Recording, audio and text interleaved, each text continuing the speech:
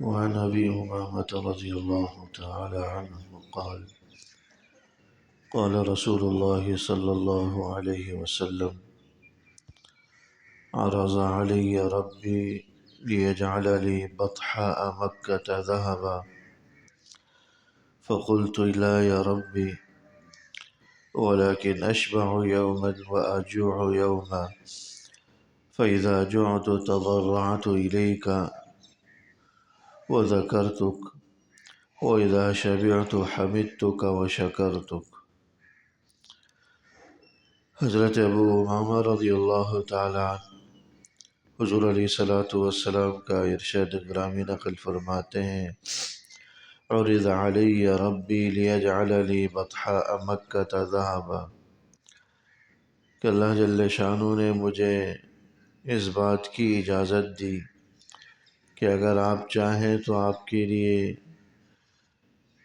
مکے کے پتھروں کو سونے کا بنا دیا جائے۔ فقلت لا یا ربی، حضور فرماتے ہیں میں نے عرض کیا کہ اے اللہ جل شانہ مجھے اس کی ضرورت نہیں، ولیکن اشبع یوما، میں تو چاہتا ہوں کہ ایک دن میں پیٹ بھر کر کھاؤں، واجوع یوما، اور دوسرے دن میں بھوکا رہوں، فاذا جعت تضرعت الیک وذکرتک، اور جب میں بھوکا رہوں تو آپ کے سامنے گڑ گڑاؤں اور آپ کو یاد کروں، آپ سے مانگوں، وَإِذَا شَبِعْتُ، اور جب میں پیٹ بھرا ہوا ہوں، حَمِدْتُكَ وَشَكَرْتُكَ، تو میں آپ کی حمد و ثنا بیان کروں اور آپ کا شکر ادا کروں۔ یہ اللہ جل شانہ کی طرف سے حضور علیہ الصلوۃ والسلام کے اعزاز میں یہ انہیں رائے دی گئی، انہیں کہا گیا کہ آپ چاہیں تو مکے کے سارے سنگریزے، سارے کنکر، سارے پتھر یہ سونے میں تبدیل کر لیے جائیں۔ یہ مکے کے زمانے کا واقعہ ہے۔ آپ حضرات کے علم میں ہوگا کہ حضور علیہ الصلوۃ والسلام کی جو مکی زندگی تھی کس قدر قسم پرسی میں، ایک طرف کافروں کی طرف سے، مشرکین کی طرف سے طرح طرح کی ایذا رسانیاں، طرح طرح کی پریشانیاں ان کی طرف سے، اور طرح طرح کا ناروا سلوک، اور حضور علیہ الصلوۃ والسلام کو طرح طرح کی ایذائیں پہنچانا، مسلمانوں کو طرح طرح کی ایذائیں پہنچانا، اور ایمان والوں کا چھپ چھپ کر عبادات کرنا۔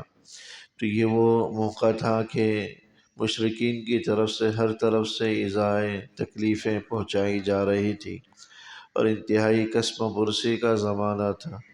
اس موقع پر اللہ جل شانہ کی طرف سے حضور علیہ الصلوۃ والسلام سے یہ کہا گیا، اگر آپ چاہیں تو بطحاء مکہ کو سونے میں تبدیل کر دیا جائے۔ بطحاء بنیادی طور پر اس جگہ کو کہا جاتا ہے جہاں سے پانی کا نالا گزرتا ہو، اور جب جس جگہ سے پانی کا نالا گزرتا ہے وہاں پر کنکر اور پتھروں کی کثرت اور بہتات ہوتی ہیں عام طور پر، تو اس لیے ایسی جگہ کو بطحاء کہا جاتا ہے۔ اور عام طور پر یہ پورا بطحاء کا جو لفظ ہے پورے مکے کے لیے بھی بولا جاتا ہے۔ تو مکے کے جو بہت سارے نام ہیں انہی میں سے ایک نام یہ جو ہے بطحاء بھی ہے۔ جیسے مدینہ منورہ کے کئی نام بتلائے گئے ہیں، بلکہ بعض بزرگوں نے مدینہ منورہ کے 94 کے قریب نام بتلائے، یعنی صرف شہر مدینہ کے جو نام ہیں وہ 94 کے لگ بھگ بتلائے جاتے۔ ایسے ہی مکہ مکرمہ کے بھی انگنت نام ہیں، انہی میں سے ایک نام بطحاء ہے۔ بنیادی طور پر بطحاء ان چھوٹے چھوٹے کنکروں اور پتھروں کو کہا جاتا ہے جو پانی کے کنارے پر۔ تو حضور علیہ الصلوۃ والسلام سے یہ فرمایا گیا کہ لیجعل لی بطحاء مکۃ ذہبا، اگر آپ چاہیں تو آپ کے لیے مکے کے سارے سنگریزے، سارے کنکر سونے میں بدل دیے جائیں، جسے ہاتھ لگائیں آپ وہ سونے میں تبدیل ہو جائے۔ تو اس پر حضور علیہ الصلوۃ والسلام نے اس کو قبول نہ کیا اور فرمایا کہ میں تو یہ چاہتا ہوں کہ ایک دن پیٹ بھر کر کھاؤں اور ایک دن بھوکا رہوں۔ جب بھوک لگے آپ کے سامنے گڑ گڑاؤں، آپ کے سامنے اپنی عاجزی کا اظہار کروں، آپ کو یاد کروں، آپ سے مانگوں۔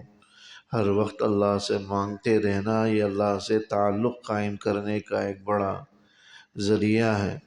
اور جب میں پیٹ بھرا ہوا ہوں تو آپ کا شکر ادا کروں، حمد و ثنا بیان کروں۔ مختلف احادیث مبارکہ کے اندر بھی یہ بات آئی، حضور علیہ السلام کا فقر و فاقہ یہ اختیاری تھا، اللہ جل شانہ کی طرف سے اختیار تھا۔ آپ چاہیں تو مالدار بن جائیں۔ حضرات انبیاء کرام علیہ السلام میں دونوں طرح کی مثالیں گزری ہیں۔ کچھ انبیاء کرام علیہ السلام کو اللہ جل شانہ نے بڑا نوازا، حکومت، بادشاہت، اقتدار ایسا عطا کیا کہ جس کی نظیر رہتی دنیا تک نہیں ملتی۔ حضرت سلیمان علیہ السلام کو جو بادشاہت دی گئی وہ دنیا کی بادشاہتوں کی طرح نہیں تھی جس کی حکمرانی صرف انسانوں پر ہوتی۔ ان کو اللہ نے جو اقتدار عطا کیا تھا اس میں جنات بھی ان کے تابع تھے، ساری مخلوقات ان کے تابع تھی، ہوائیں ان کے حکم کے تابع تھی، تخت ان کا ہواؤں پر چلا کرتا تھا، اور تخت بھی ایسا وسیع اور عریض تھا کہ 70,000 افراد اس میں بیٹھا کرتے تھے، اور وہ ایک صبح اور ایک شام میں اتنی مسافت طے کر لیا کرتے تھے جو مہینوں بھر میں بسا اوقات عام طور پر بمشکل طے کیا جا سکتی تھی۔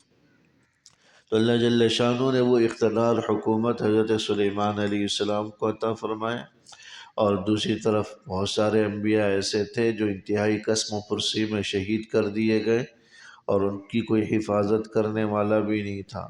حضرت زکریا، حضرت یحییٰ علیہ السلام کے واقعات، بلکہ بعض روایتوں میں ہے کہ بنی اسرائیل نے ایک ایک دن کے اندر 70 قریب انبیاء کرام کو شہید کیا۔